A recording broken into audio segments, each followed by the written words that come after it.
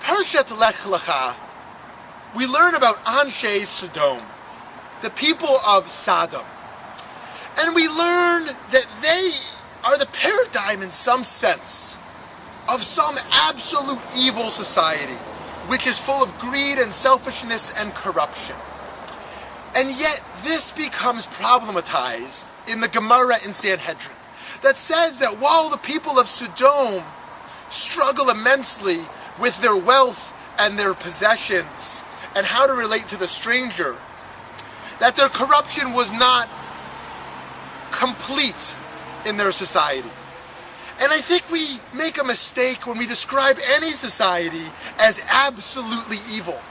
And in fact, in the pasuk, in the verse of the Torah itself, it says that the people of Sodom were viewed as sinners and wicked to God.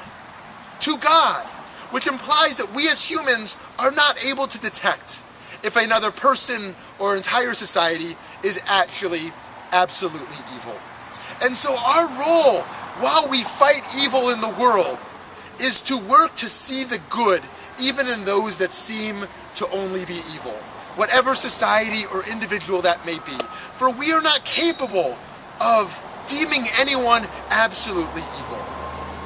And I think we experience a challenge today in society with this problem.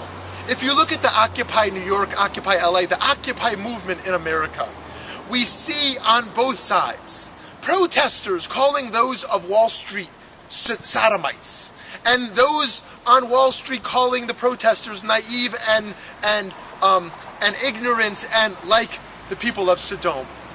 And I think we know very well that Wall Street is not Sodom.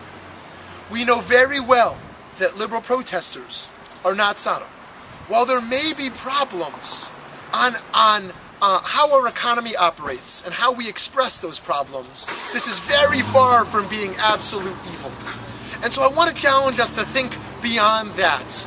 And we know actually from my own personal experience in a protest, when Ahmadinejad came to town and rabbis got arrested, we were protesting what this man was doing, but never claiming the Iranian people, God forbid, was an evil society.